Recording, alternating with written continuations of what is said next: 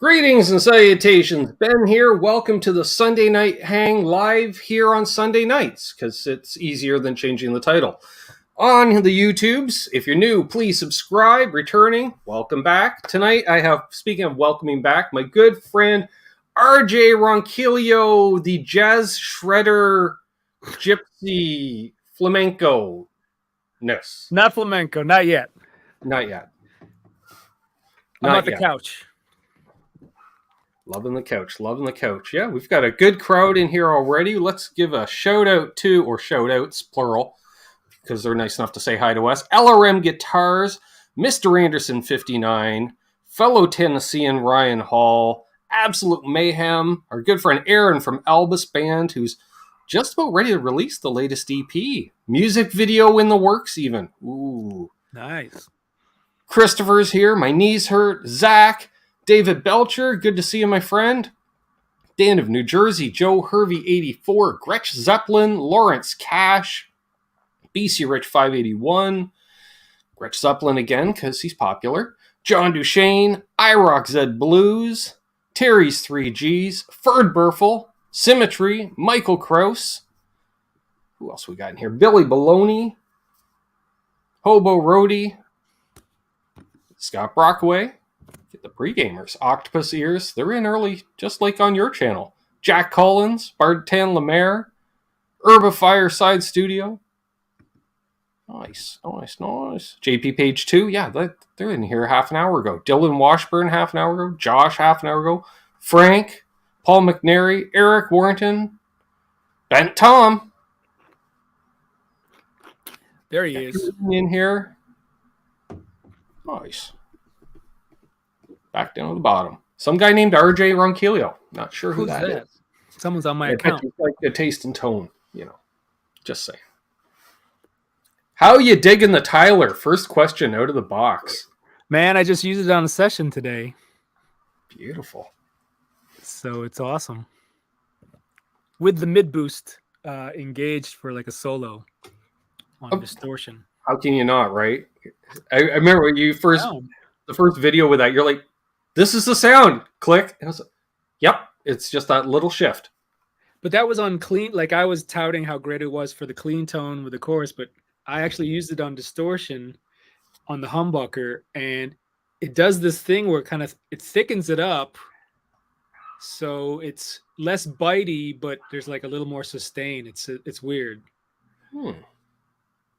I dig it. I gotta try. So it's almost like I have two different humbuckers to choose from. Mm-hmm. Alternate voicing, if you will. Yeah. What's up, Jeff P? Nice. My niece here. I was wondering if someone would notice that. My niece here says, I had that Mark Gonzalez skateboard in the late 80s. Yeah, but does yours light up? Right. See that? Uh-oh.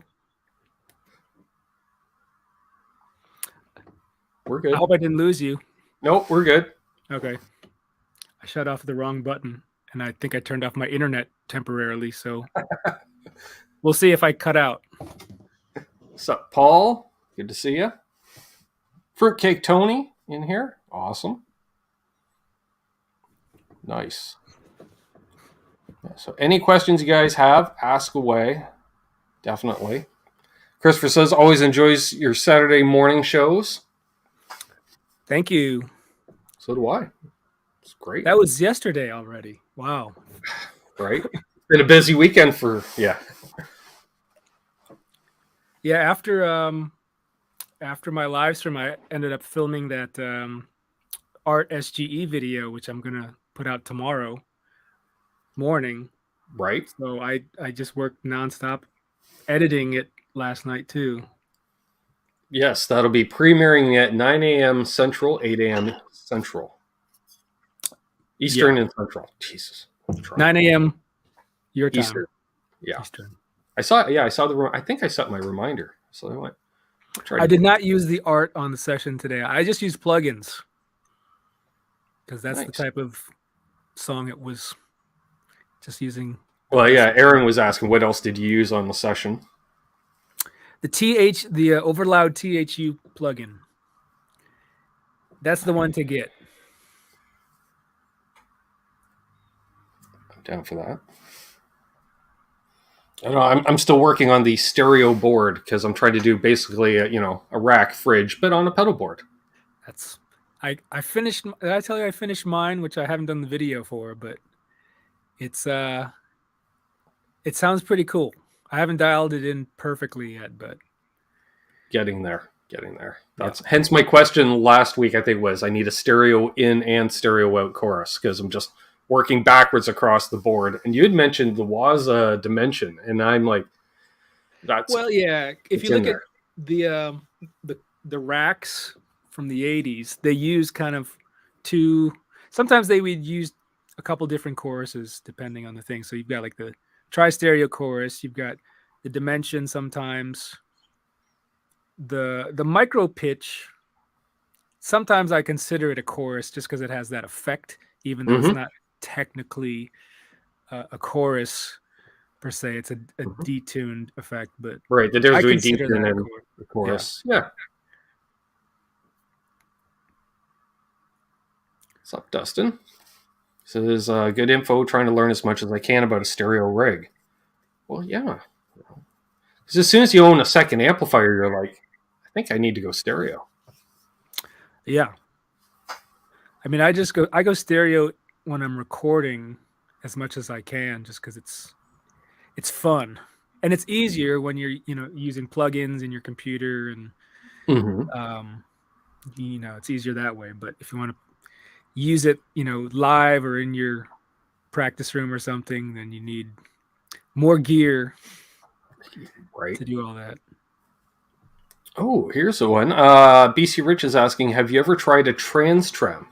And what'd you think if you have? I have back in the day when it first came out. When I was a kid, I remember trying it, so I know how it operates. I haven't played one in a long time. I almost bought. Steinberger had put out like this kind of full-size guitar that had like a newer type of trans trem. I think it's the Z something. Okay. And I was looking for one of those on Reverb a couple years ago, but never found it. But what is that thing called? The virtual trem, virtual Jeff, the virtual Jeff Pro. That is basically a digital trans trem. So, and it's probably easier to use than the actual physical trans trem. Interesting. Taylor 315. Good to see you, my friend. Been a while. He says, is the Tyler the best electric you've ever played? And do you think it's worth the price you paid for it? Thanks. Yes, to me, it's worth the price that I paid for it. No, it's not the best electric I've ever played. I don't think I haven't played it yet. I have yet to play the best electric that I've ever played. It's the best. That's a bold statement too, because it's the best modern Strat. Mm-hmm. The best super Strat. Hey, Charles 75N. Good to see you.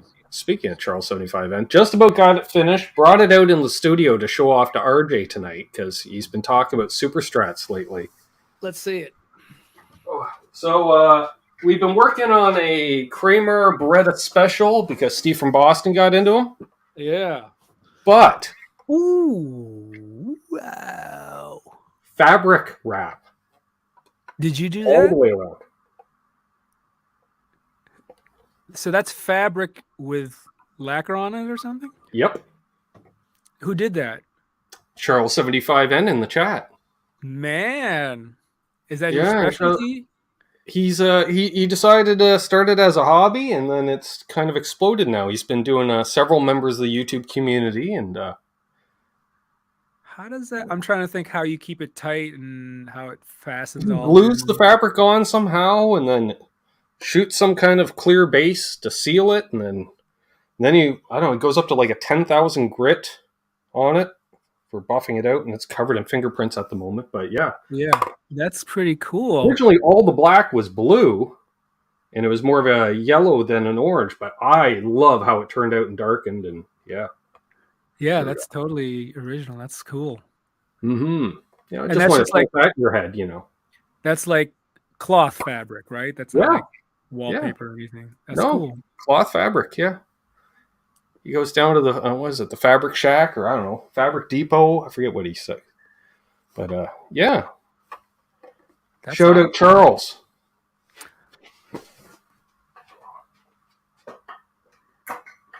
Yeah, a lot of sanding and buffing. A lot, yes.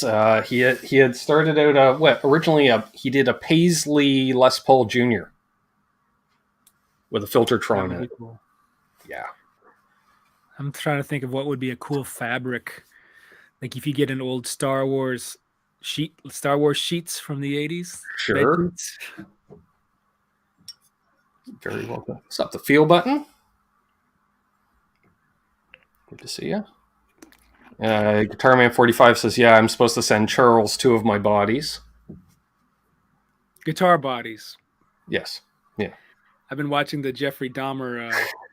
Well, that's a whole different kind of rap. Yeah. Floop-de-doo.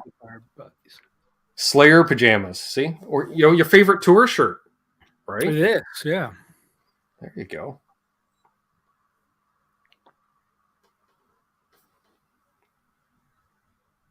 Okay, Charles likes the Star Wars idea. Yeah, I forgot. If you watch one of Charles's videos, he does this process and makes videos on it. He'll wear about 14 different Star Wars shirts during the nice. making of one of these. Dahmer wrap for Halloween, right? Oh, man. Scott Brockway asked, and he asked a couple of times, and that's okay. Favorite pedals released this year? This year, what year is it? 2022. Yeah. I'd have to look back at my videos. Let's see here. That's a good question. Because I kept a lot of them.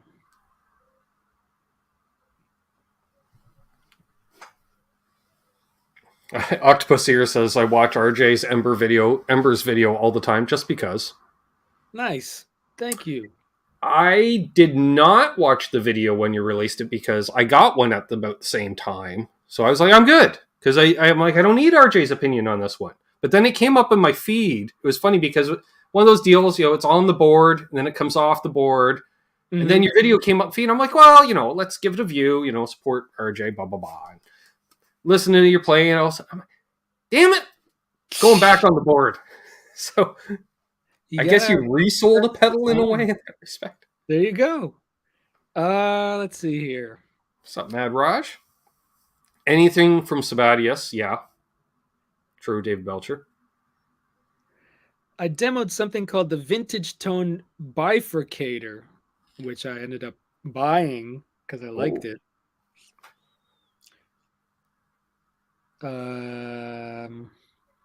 Brad Miller. Donner Prince Pulse, which is like a stereo Leslie pedal that I really liked. Mm-hmm. What's up, Philip? Godlike. Baloney says he would it'd be cool if you did a best of the year in December. Yeah. Which could be an easier video, a lot of editing, but easy in the sense that you don't actually have to write any music or play per se. It's kind of like my top 10 gear of the year or something. Or do you make a 2022 pedal board with the best of...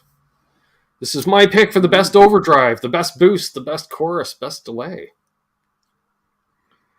Now watch Josh Scott will do it. He'll do it live. Perfect. LPD's 109 degrees distortion I really liked. I put that on my board. Yep.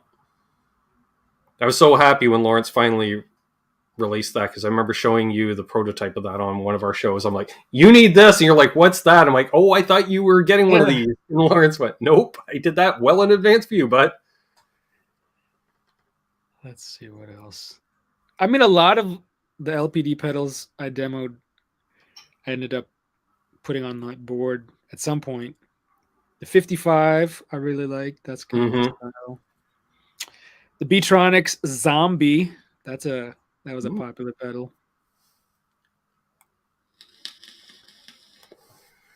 I'm curious, have you had a chance to mess with the Halo yet? I haven't. Keeley. I haven't gotten any Keeley stuff. I snagged one up, and I'm liking it.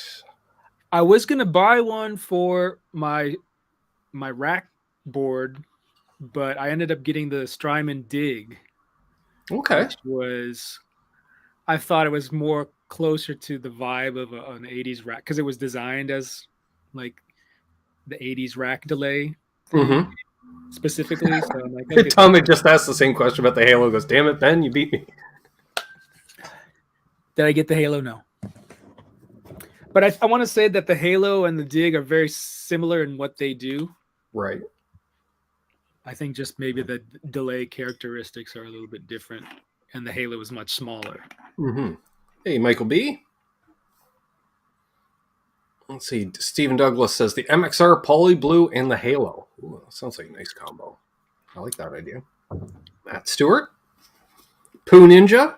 All the legends coming in tonight. Yeah, Pooh Ninja in the house. Love it. Squire Telecaster. Says, I love my Snouse Black Box Overdrive, quality components, handmade and affordable. That's a great combination. Nice. Dan Crow says, RJ, thanks for the recent gear sell-off you did. I scored 2 killer pedals. Thanks for buying them. Yeah. I got more coming. Lots more coming. I know the feeling. I got about a dozen listed locally here. There you go. If they don't go locally, they get listed nationally. What's up, Adam? Guitar Man 45 says, if you want an 80s rack, just get a MIDI Verb or a Lexicon. Can't beat them. Yeah, those are kind of the classics. Then Tom says I need 2 rack delays. Well, yeah, if I could afford it. I don't have any rack delays. I don't have any rack gear except that one that I'm going to show you tomorrow. Mm-hmm. Well, I was thinking about that. Like, what would you need for a good like rack setup? Your basic rack setup. I would have DBX compressor, some sort of parametric EQ, tri-stereo chorus, mixer, parallel mixer. And this is the order. I'm kind of going through the right. order that it should go in. And then I like the Roland Dimension D as a secondary chorus because it's different. Eventide H3000. And then really the reverbs and the delays, I'm sure I'd be fine with whatever, whether it's Lexicon, Yamahas. That stuff I can, even the Art SGE has a really nice, interesting delay in it, stereo delay. And then you get your preamps and your power amp and all your fun stuff. What preamp would I get? I want to get the Kasha Rock Mod. I don't know if anyone owns a Kasha, like an original Kasha Rock Mod. That's kind of a hard to find amp. But Dan Huff used it a little bit. It's got a sound. It's kind of not quite like a Soldano. It's different. Ooh. Tone Dragon asks, Ben and RJ, if you could only have 1 amp and 1 guitar for the rest of your life, what would you pick? Ooh. That's such a hard question. 1 amp and 1 guitar for the rest of my life.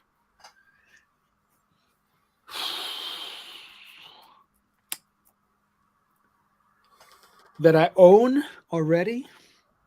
Well, that would make sense because I'm not going to pick an amp that I've never played before. But this is true. I'm going to go with my Music Man Access for a guitar because it's got the 5-way switch there with the 2 humbuckers, so I get the split coil as well and stuff. I would say my Tyler. Yeah, because you want something that's got a lot of different tone options. Yeah, I feel like I could do a lot with it. And amp wise,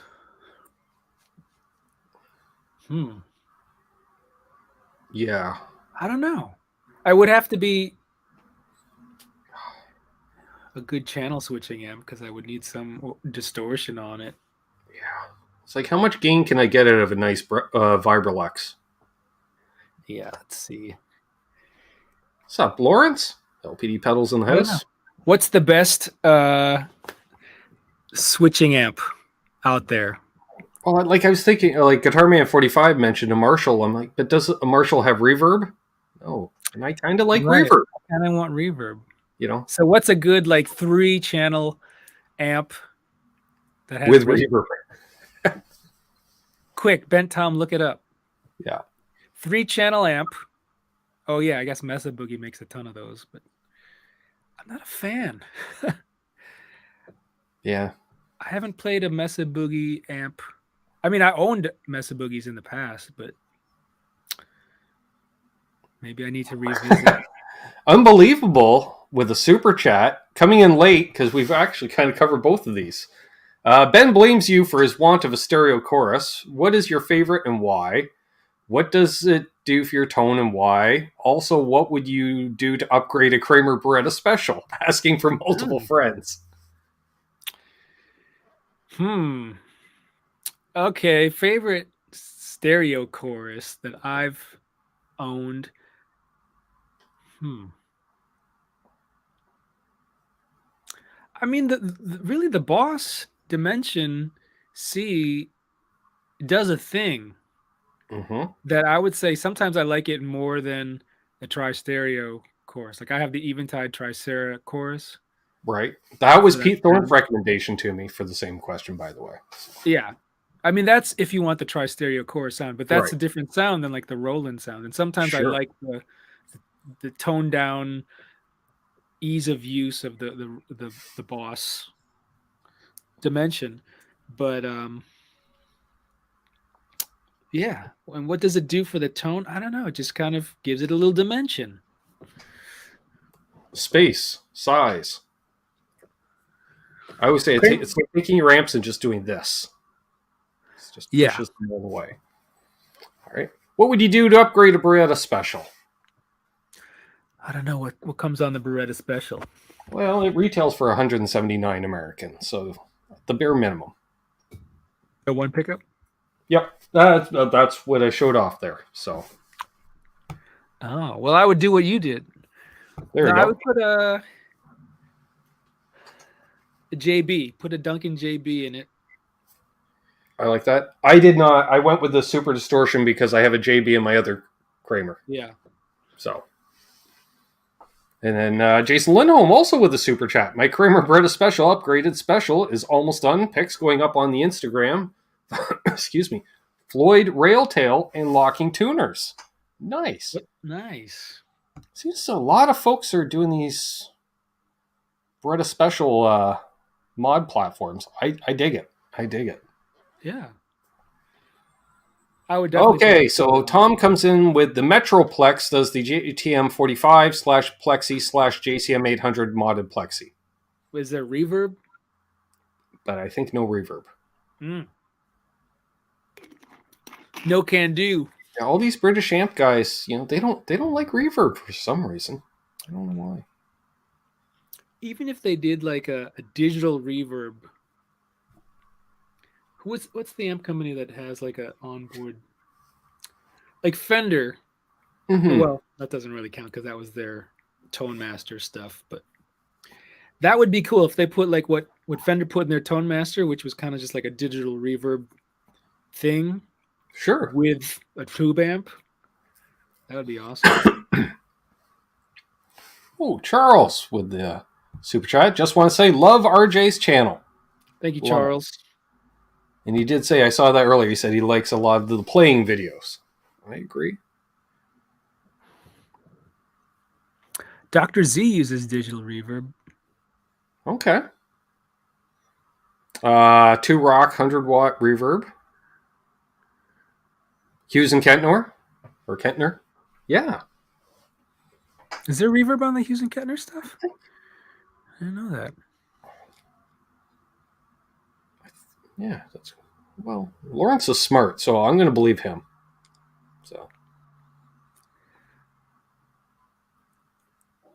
Aha! There we go. And Canadian-made Hit Metalworks, a trainer, YCS custom 100 head, all tube, 100 watt, indie EQs for 3 channels with verb. Almost Wow. bought one. Shoulda. Wow. Okay. Mm-hmm. PV Classic 30. That's a good amp. Mm-hmm. Okay, and then Lawrence says, yeah, some Hughes and Kettners have delay, reverb, and chorus on board with 3 channels tube. Oh, yeah. I think I've played those. That might work. Then we have the one and only Quentin James says, Triaxis and Teleflex Simulclass 290, 412 cabs, you bunch of Nancys. And he has the back pain to corroborate that. Yeah. Weird.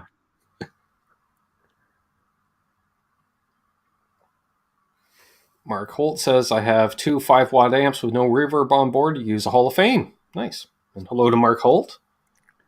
Nice. Yeah. Now, if we're allowed to bring pedals onto the desert island, it's a whole new ballgame. Yeah, I mean, I would just get a Axe Effects then. There we go.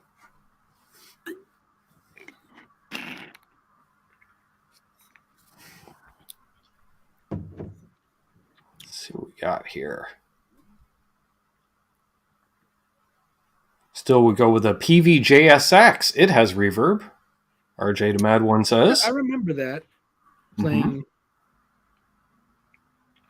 the very first Joe Satriani amp.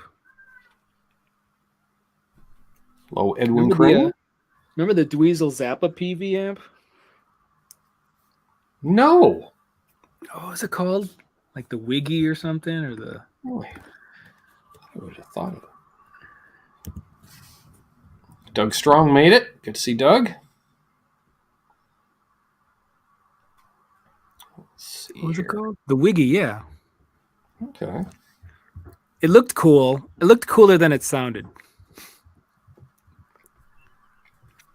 I get that.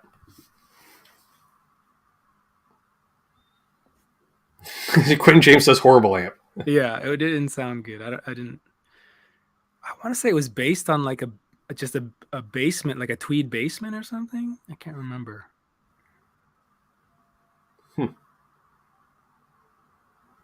Now Symmetry says if you're on an island, there might be a canyon or a cave where you can get reverb naturally. Yeah. Okay. Well, so we can just put the Marshall at the end of the cave and cavernous reverbs. Sure. How much reverb do you want? How long a cable do you have?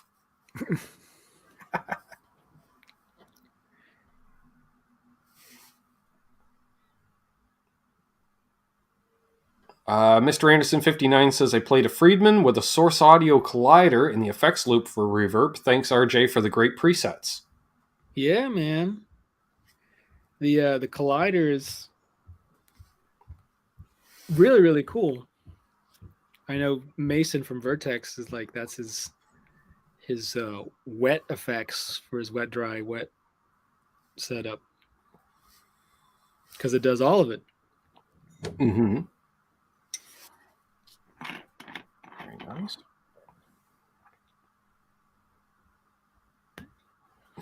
Doug Strong says the only island I ever picture is a small patch of grass with one palm tree. That's about 100 square feet. Don't know why. Yeah, that's the cartoon desert island. Yes. The TV desert island. I mean, that's like Gilligan's Island is huge. Yeah.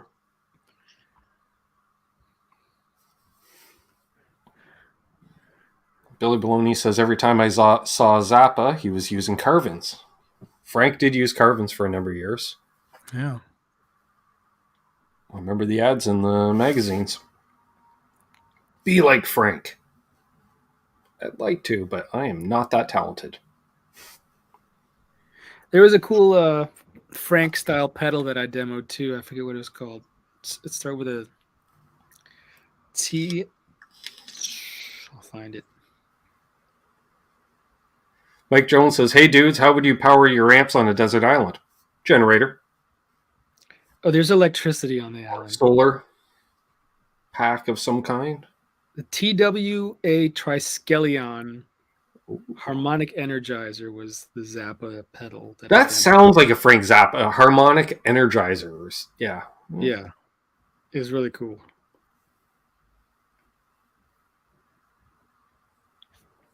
Good to see Edwin Crane in here. David Pekarski. That Steve Vai amp is 3-channel. Okay. Thank you, Terry, for the links to RJ's socials and the YouTube channel. Thank you, Terry.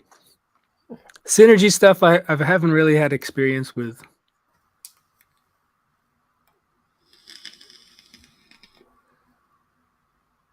Rad on a wheel to power the amp. That's right, Charles. And when he runs away, it becomes true bypass. There you go. Hello, Christopher Live Sawa.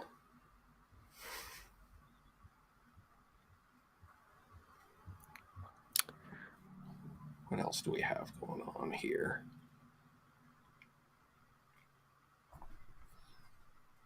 So have you revisited any of your Gypsy Jazz recently? Not at all, but I still have the Gypsy Jazz guitar on the stand, so I didn't put it in the case. Well, that's a plus. I'm still holding on. Have you played any of the Quilter stuff? I seem to recall you having a Quilter amp. Yeah, I think I played all of the Quilter stuff. They're great solid state amps. Mm-hmm. Hey, Sean McCartney.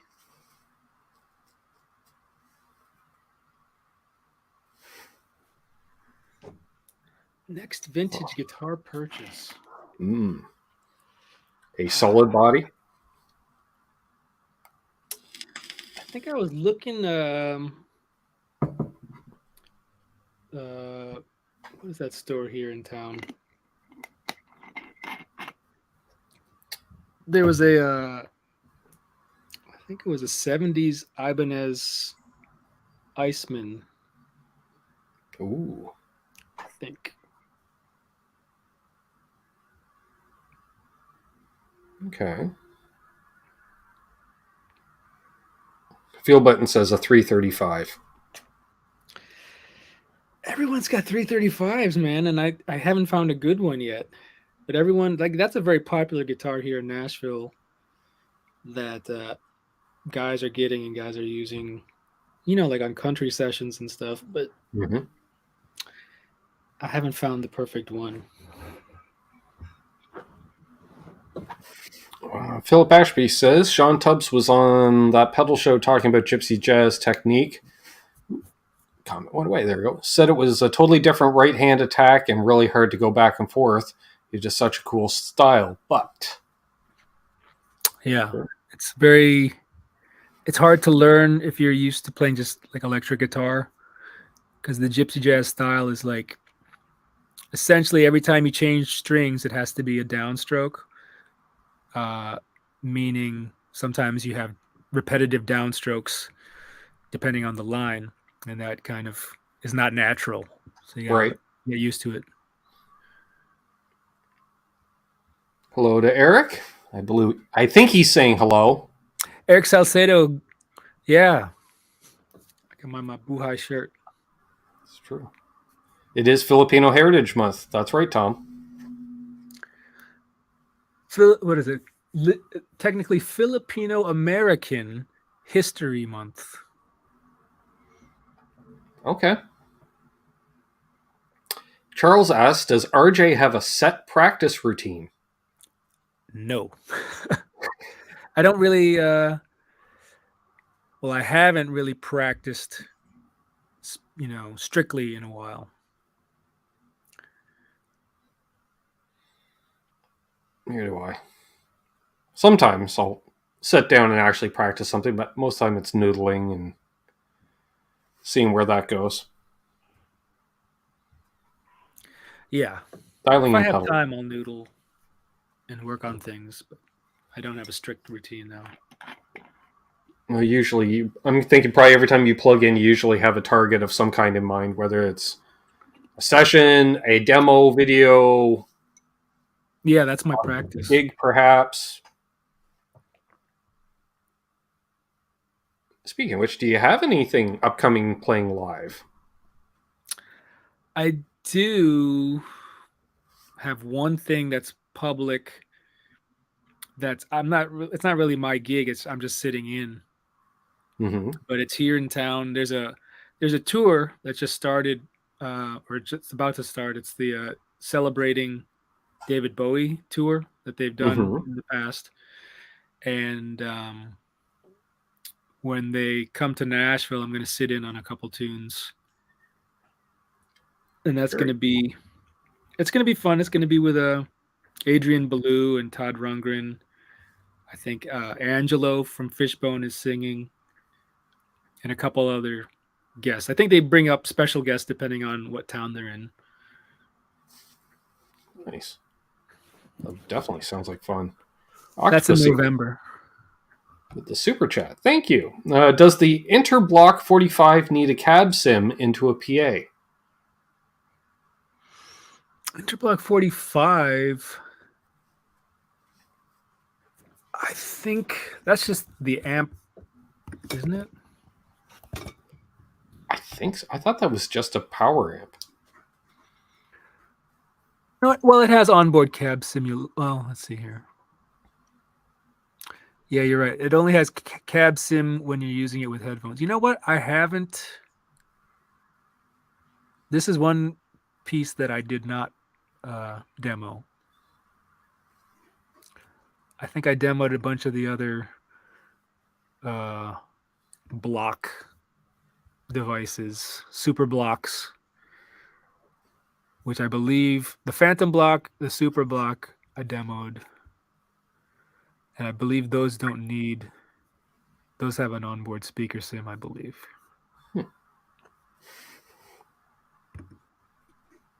Interesting. Let's see here. What did I see? Going back. Billy Baloney says, I picked up a slide yesterday. It reminded me how much I suck. Got to keep up on it. Yeah, that's a special technique that if you don't use it, you lose it.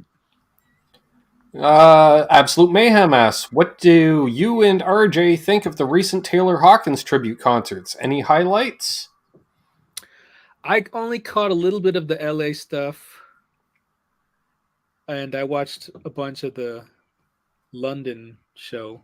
They were both great. The highlights were the typical highlights that everyone had with his son playing.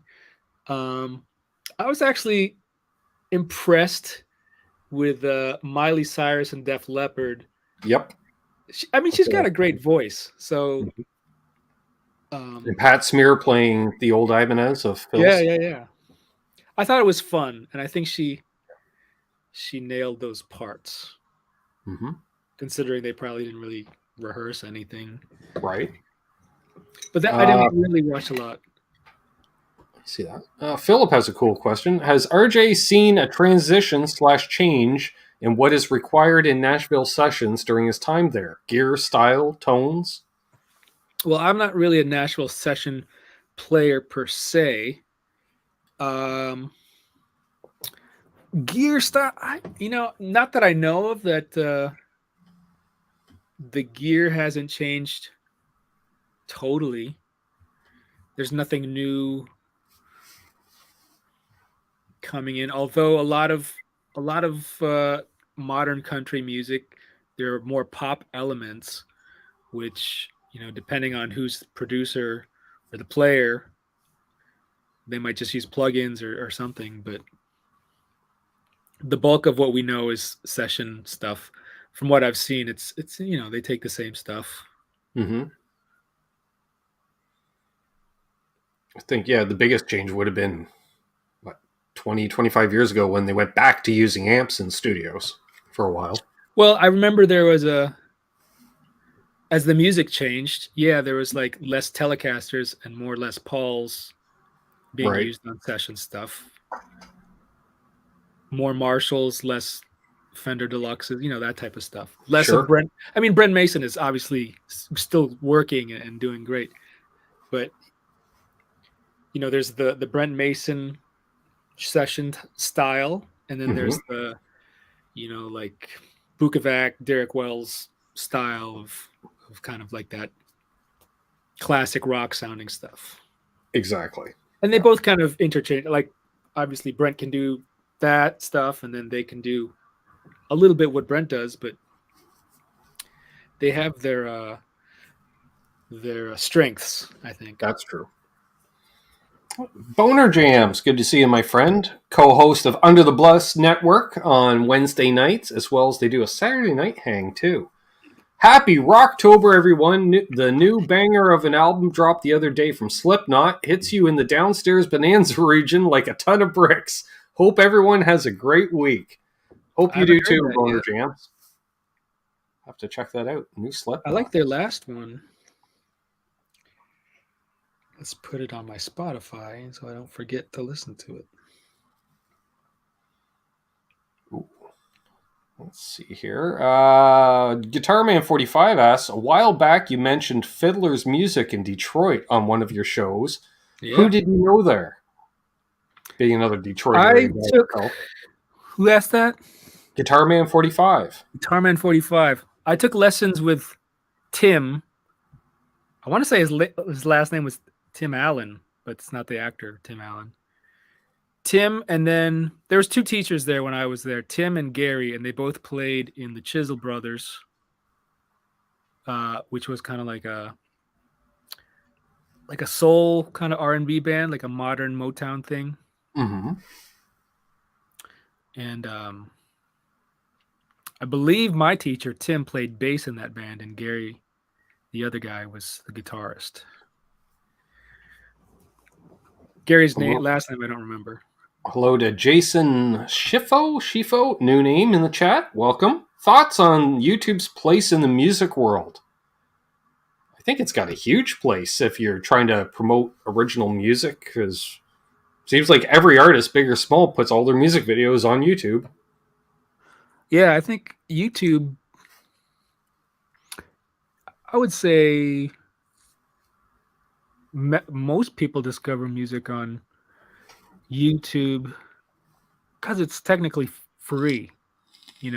Spotify and Apple Music, you kind of have to pay subscription for it. But like, say you want to check out a new song, a lot of people will first go to YouTube to watch it, to listen to it, or I agree. And it's owned by Google, so there's a lot of power behind it. Eric asks, hi Ben, do you have a Jackson Soloist? And RJ, do you have or have had one? Looking at Jackson American Series Soloist SL3 that they came out with. I do not own one. I've played several Japanese ones. I don't think I ever played an American one. My personal opinion is the new ones look awesome. They do have the reverse inlays. That doesn't bother me one way or the other. No binding on the neck and headstock. I don't care. But they do that cool thing where they're routing out the frets, but they don't do the cut all the way to the edge of the fretboard. So it's kind of like it's bound without it being bound. So I've never owned a Jackson. When I was like really young, I really wanted it, like a Jackson, like a custom painted Jackson. But nowadays, I haven't really seen what's out there. But they're still cool. Mm-hmm. Yeah, they put aside a part of the Fender shop for Jackson, dedicated Jackson production, which I dig. And why not? Like, it comes in at that price point where it's not a made in Japan and then your next level's custom shop. So yeah. It's nice to have that in between there. Hello to Gary and Sergeant in Greenleaf as well. Nice. We got 86 people watching. Please leave a thumbs up if you haven't already. And of course, subscribe if you're new. Algorithms, silicon chips, I don't know. What's a pumpkin alcohol beverage? Is that like a pumpkin beer or is that a whiskey drink? What I have? No, I'm sorry. I'm looking at Boner. I'm drinking A&W root beer myself. Pumpkin spiced IPA. Well, it's that time of year. Pumpkin alcohol beverage and watch the new Walking Dead. I think Halloween season's probably my favorite. Even though I'm not like I don't really dress up anymore or go to Halloween parties, but I like the weather here during October, and I like watching horror movies. Well, there you So go. I'm the introverted Halloween. I was going to say, we got a frost warning tonight, so I'm not as big into the Halloween time of year. Already getting cold. Bet Tom asks, will RJ admit to playing a Mesa Boogie Mark III in college? Totally can't see him playing that EB today or EM today. I had a Mark IV. Mark IV. That's one better. Yeah, that's like a whole extra mark. It's funny. I brought that was my college amp. Well, that was the amp that I had through high school, and I brought it in college. But it was so heavy to take to like class. Like we had to lug our amps to classes and stuff. So I ended up buying just like a PV solid state practice amp to take to the classes. And I didn't even use the Mesa Boogie much. Makes sense. All right, what's a good horror movie I need to watch? I feel like I've seen most of the new ones. I'm the wrong person to ask on that one. All right, all the horror film fans, even like classics. Did you watch the Foo Fighters horror movie? I haven't. I heard mixed reviews. There we go. Train to Busan I watched, yes.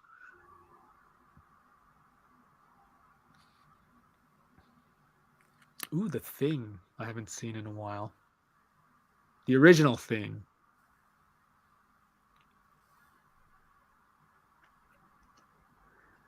John DeShane watches horror movies as soon as he finds them.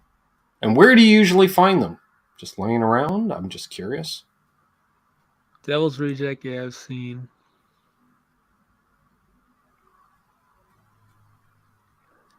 I'm not into gory horror movies. I mean, I have to be in a mood for gory horror movies. I like the... Sure. Nightmare on Elm Street Dream Warriors, just for the soundtrack. I bought that. Well, I bought the Dokken record back for the Attack.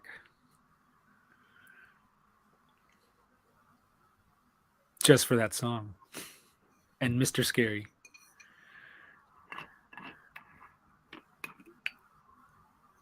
Oh, what's the new Jordan Peele movie? Is that a horror movie? It's called Nope or something? Or at least there's some suspense elements, I think. Yeah, I remember it's a total departure. So it's not a horror movie? I don't know. I could be wrong. Maybe I'll watch that one. Jaws is a movie you have to see in a big theater, Quentin James says. Well, yeah, I can see that.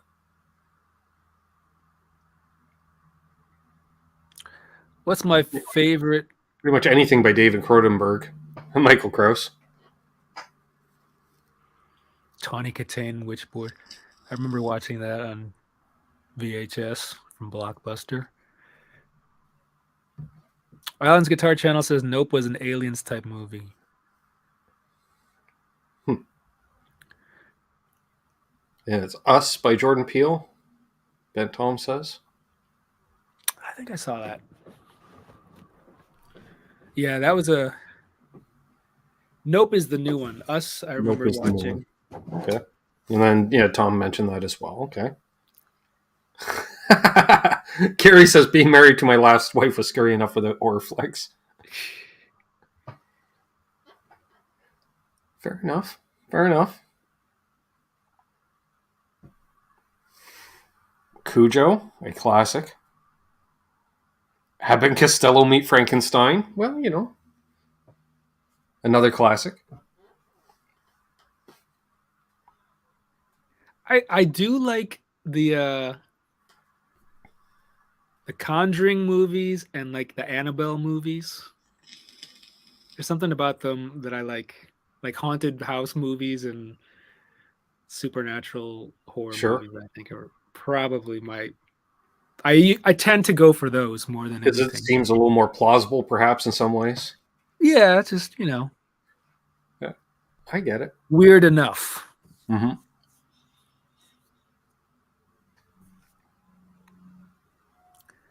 Octopus here says Jazz Cabbage makes me paranoid enough without the horror movies. Yeah, there's that. Are you getting the wrong one? Yeah. So we're getting lots of options here. That's for sure. Amityville Horror. I even like the remake. I think. I didn't mind the remake, but I didn't like the remake of The Shining. No. There wasn't there a prequel? Didn't they just come out with like a prequel to The Shining? That was okay. And Brad Miller says watching the Weather Channel is scary. You would. You're in the Tampa Bay area, so you went through some heavy stuff this week.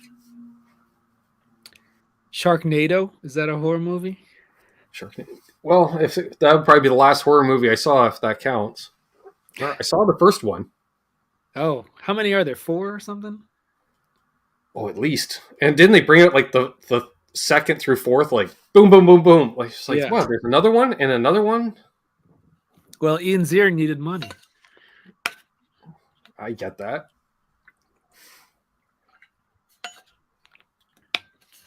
Let's see here. Jason asks, RJ, your old tour vlogs were great. Do you miss those days? It's funny. I was watching them myself the other day just to remember like what the cities look like and everything. I don't miss the touring, but one thing I've realized is I've traveled a lot, but it's always been for work, and I've never had a vacation like travel experience, which is kind of sad, but when most of your exploring in a city would be just to find a decent place to eat. Yeah.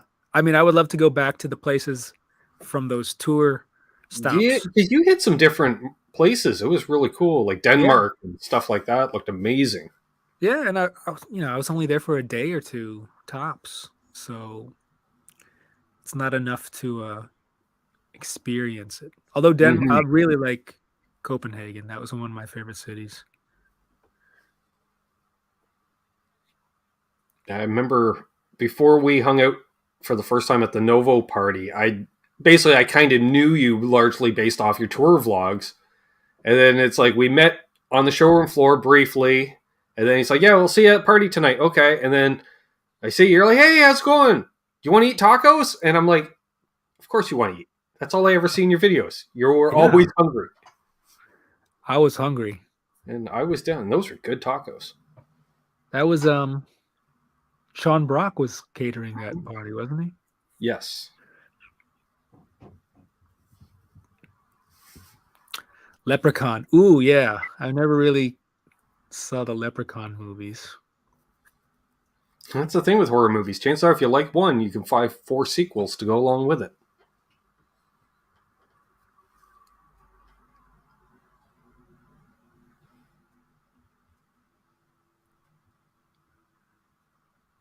Let's see here. Watcher in the Woods. Did I see that?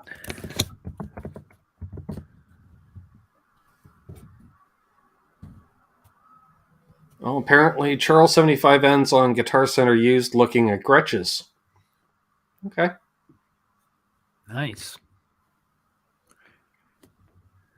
Eric asks, how was the horse meat? The pedal is actually pretty good. The food, I wouldn't know. I don't think I've ever had horse. I might have. I don't think so. I remember, funny, we talk about the tour vlogs. I remember seeing it on the menu in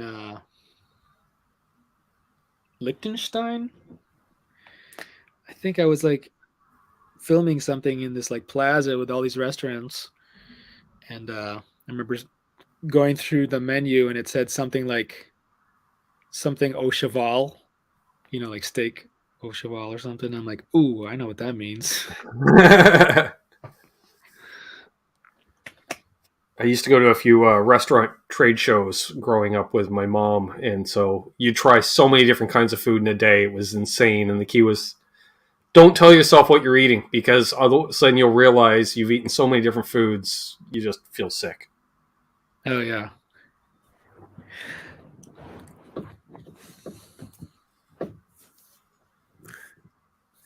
Apparently, Tom ate giraffe once. Where do you eat giraffe? Tom's had an interesting life, I will say. I would think Africa, like a safari thing, but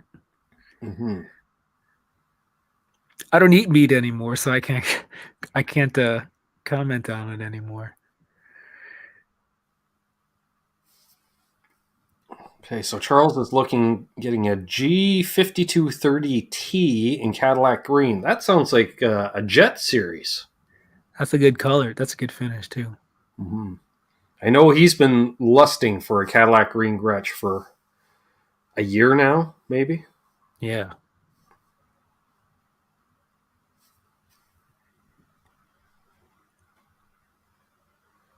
Okay.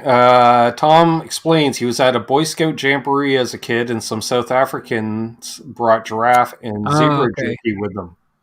What is that called? It's not jerky. It's called biltong or something. I forget. The South Africans have a word for their cured meat or the jerky stuff. Jason asked, "Are you vegan or plant-based?" I say I'm plant-based because I don't mind if something has honey in it. I'm not super hardcore. Like if I'm out and like something has like butter on it, I'll still eat it. But my wife's vegan and I'm mostly plant-based. And Philip says, I agree. Biltong, I believe, is their jerky. There we go. Always learn something. Biltong, yeah. What's up? Presley California Customs. Watched video on their channel today on how to install a water slide decal. Nice. I tried putting a water slide decal on a Warmoth headstock, and I failed. And I'm like, well, there goes. I think I bought a decal on eBay for, I don't know, $5. Of course, I ripped it.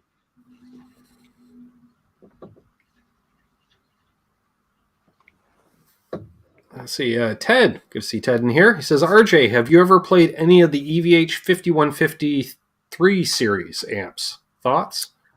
I haven't played any of the new EVH stuff.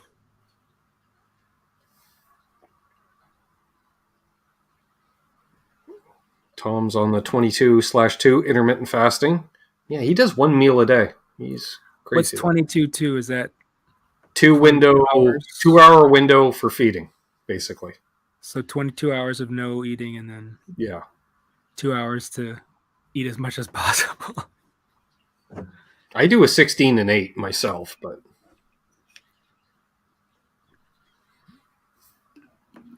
so I'm assuming the 16 is part of their sleeping time. Oh yeah. So you don't I eat from basically 4 p.m. to midnight. I allow myself, or 3 p.m. to 11. Interesting. Okay. Yeah. I don't know if I could wait till 4 p.m. to eat. That's why I eat at old man time now. I do dinner at like 4:30 in the afternoon every day. And then do you eat another time? Then I eat another meal usually after our shows. Oh, okay. Because I'll just make a big meal and then have leftovers. Basically 2 dinners. Maybe a snack later before bed. Maybe not. Do you get like a grumbly stomach after you wake up in the morning? Not bad. Not bad. Usually about 2 in the afternoon. Or if I'm going to do a physical day, I'll break my rule and have a lunch or something like that. Yeah. Just so you're not going all day without any fuel in the system. Yeah.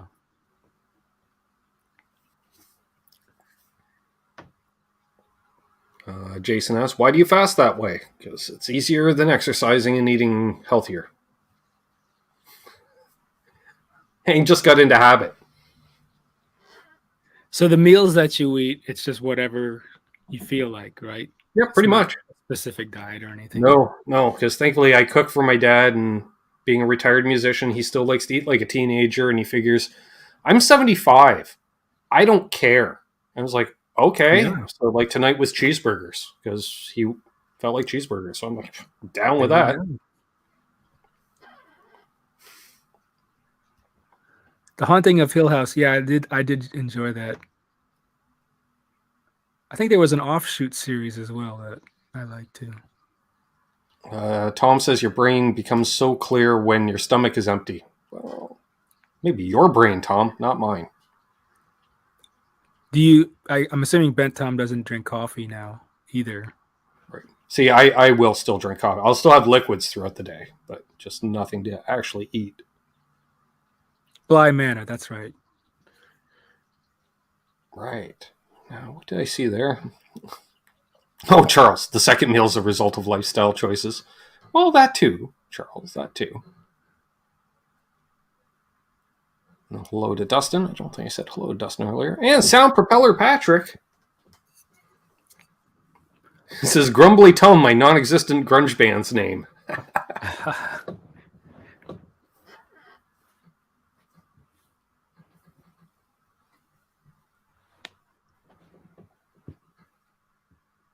Right. Let's see.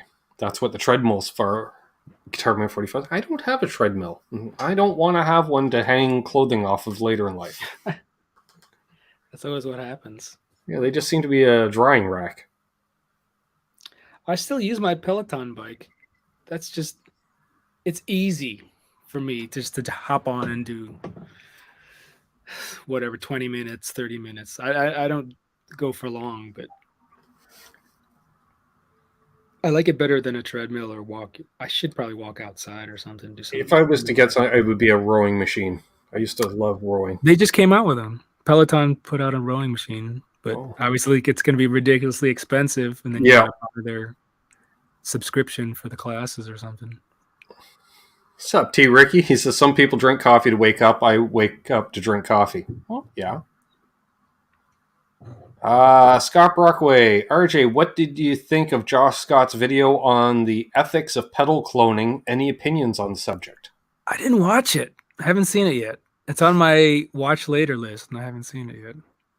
Yeah, I haven't watched that either. The ethics of pedal cloning.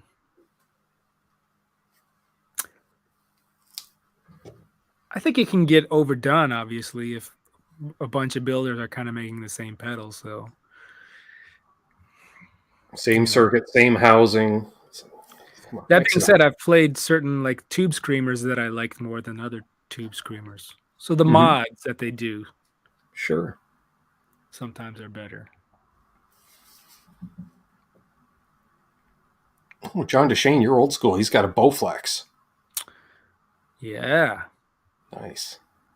What did I have? Presley asks, RJ, surf, skate, or snowboard? Favorite? I've never really got into snowboarding. I used to surf when I lived in Florida. Actually, I went surfing with Ben Tom when we first got to Miami. And then when I lived in California, I surfed a little bit. But skating, I started skating again. I skated when I was a kid, and I started skating again right when the pandemic hit. And then I think after a couple months, it hurt too much. So I'm like, you know what? Yeah, I did it about 3 times after you posted the video, and I did the video for you, and I'm just like, look, I'm out skating too. And then even Tom's like, shouldn't you have some pads on? When's the last time you rode that thing? I'm like, yeah, you're right. Yeah. Ben Tom, you're right. I totally forgot about it. I popped my eardrum because we went surfing on South Beach, like right before a tropical storm or something. And the board like smacked me in the ear. And I had to go to like the ear, nose, and throat doctor and get it repaired, I guess.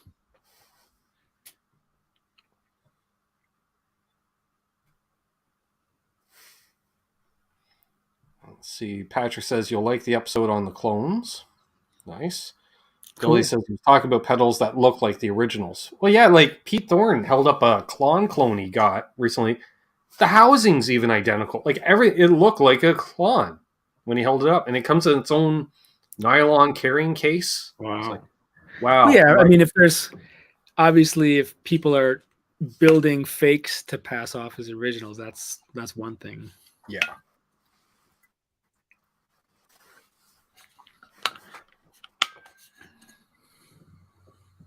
Difference between a clone and a copy. Well, a clone is trying to basically pass itself off, I think. I think a clone would be a direct. Yeah. Like a copy could be like, I'm going to make a Tube Screamer copy, but it's going to look in a different housing. But a clone is going to look exactly like a clone. Exactly.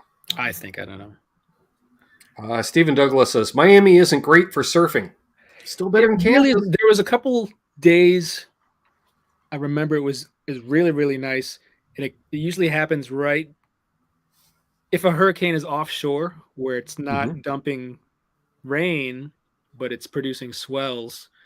South Beach can be awesome. Like I've been out there during that time where it was just like amazing. The weather was amazing, but it was super crowded. But that's not very often. It doesn't happen a lot there. Still better than surfing around here, I'm thinking. Surfing Lake Ontario is only so much.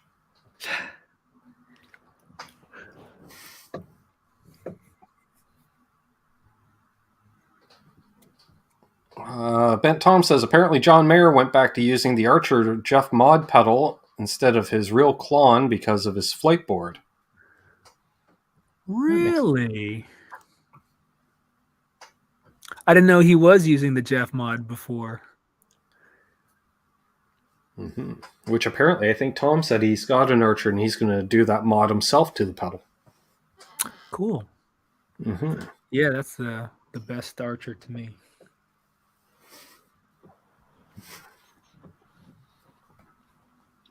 I don't need to go surfing, Tom. I have 2 bad knees. Skateboarding was enough. Squire Telecaster says beaches are so crowded in California, surfing can get crazy. I've heard that. Oh, yeah. I was offered the chance to go surfing, 2019 when I was out for NAMM. I was like, I'm wearing jeans. I can imagine what the ocean feels like. They're like, well, we'll give you a suit and stuff. And I was like, yeah, I'd probably get stuck in that suit or something. I don't know. It's an experience for sure. Definitely. Although his singer Josh did offer to give me lessons too, and he's from a famous surfing family, the Paskowitz family in California there. Oh, yeah. So, and I thought, well, all right, if he wants to show me, then pretty much have to feel obligated. It's a legendary surfing family. You have to do it. Exactly.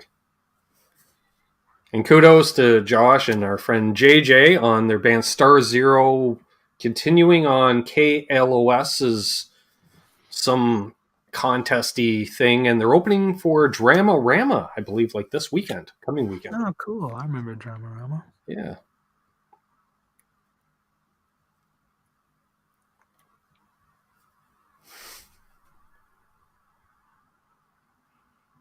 Me surfing in jeans and a tank top. Yeah, probably, John. Terry asks, just seen the String Joys in Nashville. Do you use their strings, RJ? Can't remember. I have a couple of their sets. They sent me a couple custom sets. I don't use them exclusively, but the custom sets that they sent me, I think they sent me a couple Hendrix gauge sets and some, I think, baritone gauge sets. So I have them for that type of stuff. It's cool because they'll make custom gauge sets, which is really cool, and they're very fast. You know, nice. I can get them. Well, they're here in town, so I can get them pretty fast. Yep, Billy Dramarama is still around. It beats getting a real job. Just keep the band together. Just keep going.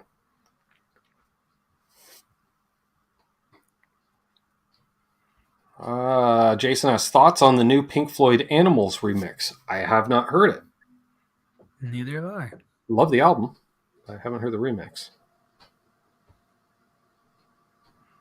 It's different bands now, Symmetry says. So JJ Band 1. Yeah, they did. 99% stay whatever that meant. That was a good thing. So I don't know. I do not know. Let's see here. We'll go for a few more minutes here, folks. Any questions? Get them on in.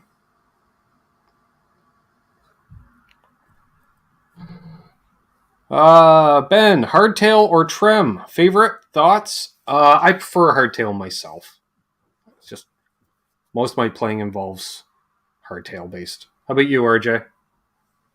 Hardtail or trem? I would have to say trem. I can see that. I like the wiggle sticks. Yep. I mean the wang bars. I just got to use mine more so I get used to it. You were doing some great stuff with yours, like bending into notes and stuff. I'm like, I got to work on that. I think I could do that for about 3 weeks in the 90s.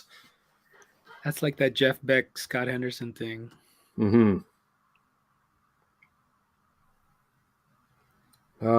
John Shane says, I got a feeling Guitar Man 45 has a classical guitar in his future. He should. Everyone needs to have a nylon string around. Do I have any nylon classical? I don't have a classical. I've got a a Cordoba, like a Gypsy Kings thing. I guess that would be like a more modern flamenco style guitar, which is a totally different wood and design than a classical guitar. I got to play a Cordoba a few weeks ago. Was used at Buddy's music store, and he's like, "Oh, you gotta check this out." And they played it. I said, "Yeah, I'm the wrong guy." That's why I said, "Honestly, I don't hear a difference from my $100 one." And he looked heartbroken because he's a classical guitar player. I was like, "You probably hear it. I don't." Yeah, I don't play enough nylon string to. I mean, I can tell like the really nice ones.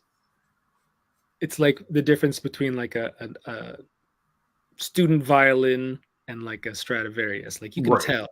Mm-hmm. Hey, Philly G. Yeah, I just picked up. Ooh.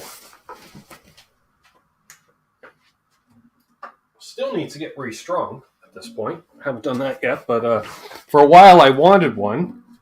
Nice. And I found this at the pawn shop. It was a made in Japan 70s classical, which is what I wanted because that's what we grew up with. Mm-hmm. $40 at the local pawn shop. There you go. And, neck seems okay. And I went, let's do it. Let's have fun. And so picked up some ball end nylon strings to put on it because, it's easier. Old school. I'm going 70s style, RJ. Ball end with black nylon planes and brass wound strings. Nice. Which I have not seen on a guitar since I was probably 8 years old. So. When Ben, Tom, and I were in college, when we first started, a bunch of us in the guitar program had to take classical guitar as a requirement first year. And so we all went to the same music store together and we bought the same Yamaha acoustic. Give us the cheapest classical guitar. And I think we all bought the same model because it was like $100 or $150 or something. Because it was required. I had to pick one up for second year classical guitar in high school. First year you were allowed to bring an acoustic, so that was fine. And then second year they said you gotta have a classical. And I was waiting. I think I was waiting on a paycheck or something like that. And I showed up with an acoustic the first day, and the teacher freaked out over me. And I was like, "It's a Martin D28, dude. It doesn't. It's a good guitar. I can play away on it." And then I literally showed up the next day with a Fender classical because he railed. I'm like, "Fine, I'll go buy a Hondo down at the guitar store," because it was a Hondo dealer, and walked in there, and they actually had a Fender classical in there used for like $125. And I went, "Sure, I'll take that made in Japan Fender classical." Had it for a couple of years. Regret getting rid of that one. It was nice. Yeah. Bet Tom traded the classical guitar to a friend to pay for a flight to England. How much did you get for it? Yeah. Like enough to pay for the in-flight meal? Like, I don't know what. I think I gave mine to my sister. I think she still has it. Guitar Man 45 had a Yamaha classical as well. I seem to recall a few of them in class. A few people had Yamahas, and our teacher had a Suzuki, which I didn't even know Suzuki made instruments, but he had a Suzuki. Yeah. Ben Tom got $300 for it. Wasn't that more than? Holy crap! Yeah, we paid like $100 for it. Who bought it? And yeah, he says I think it was only like $100 brand new.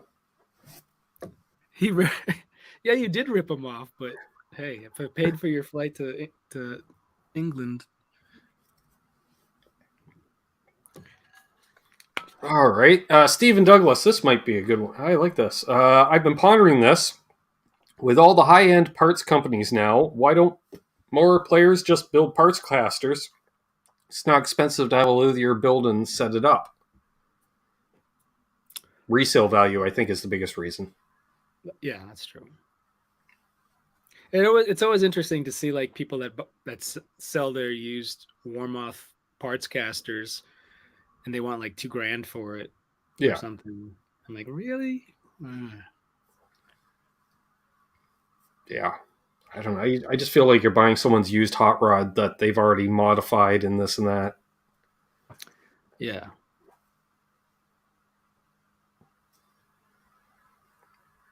Oh, John, you have a Marlin acoustic. I remember them. Again, Japanese import from the 70s. No way, Marlin. Yeah. I don't think I've ever seen one with action under a half inch. So it's a slide guitar. They all were eventually, I think, yeah.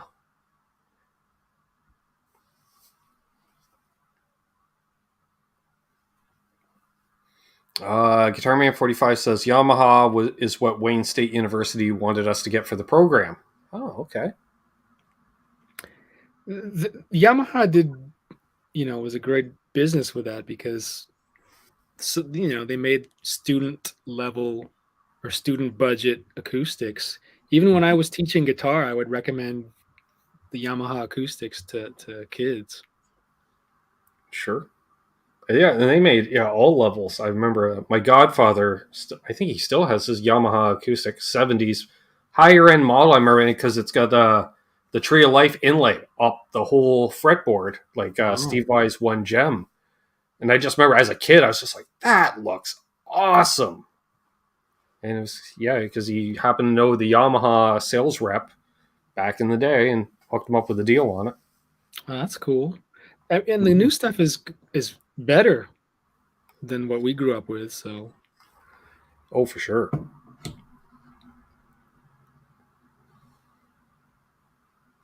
Alan's Guitar Channel says I have a Rodriguez nylon. Got it in the 90s for classical guitar class. Minor was in music. Nice. And I agree, yeah. Yamaha electrics are great. For sure. Huge company, Hip Metalworks. Yamaha is huge.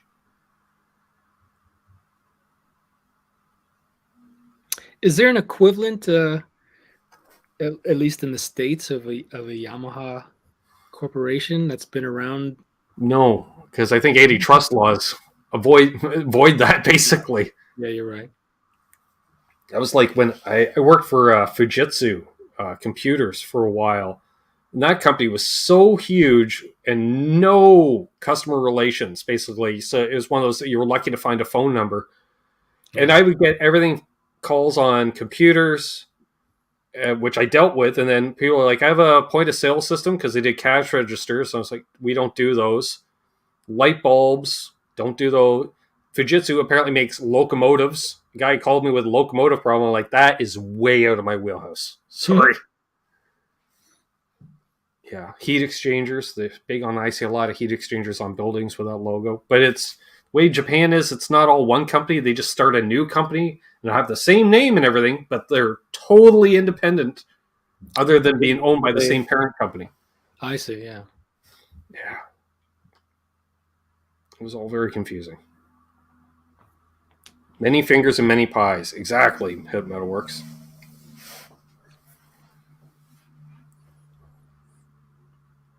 Michael Cross says Yamaha made a model for Ty Tabor. Shh, I still haven't found one. Oh, really? I remember. I think they made a Michael Lee Firkins model too.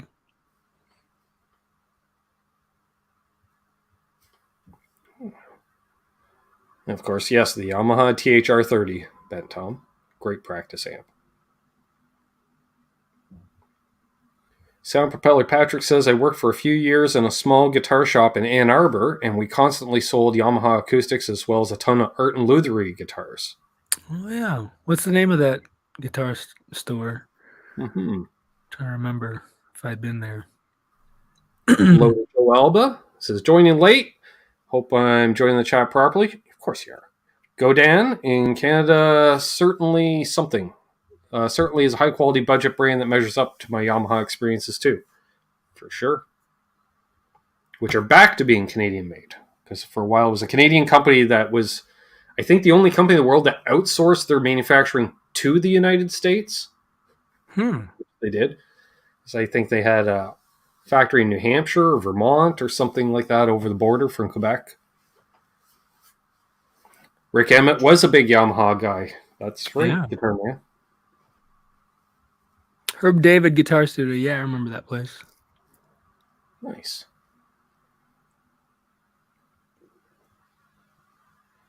Octopus here says, Godins are great. They could be a tad heavy, though. Really? Double air guitar. What's going on? The Ty Tabor Yamaha plays real nice, fast neck. Great to hear.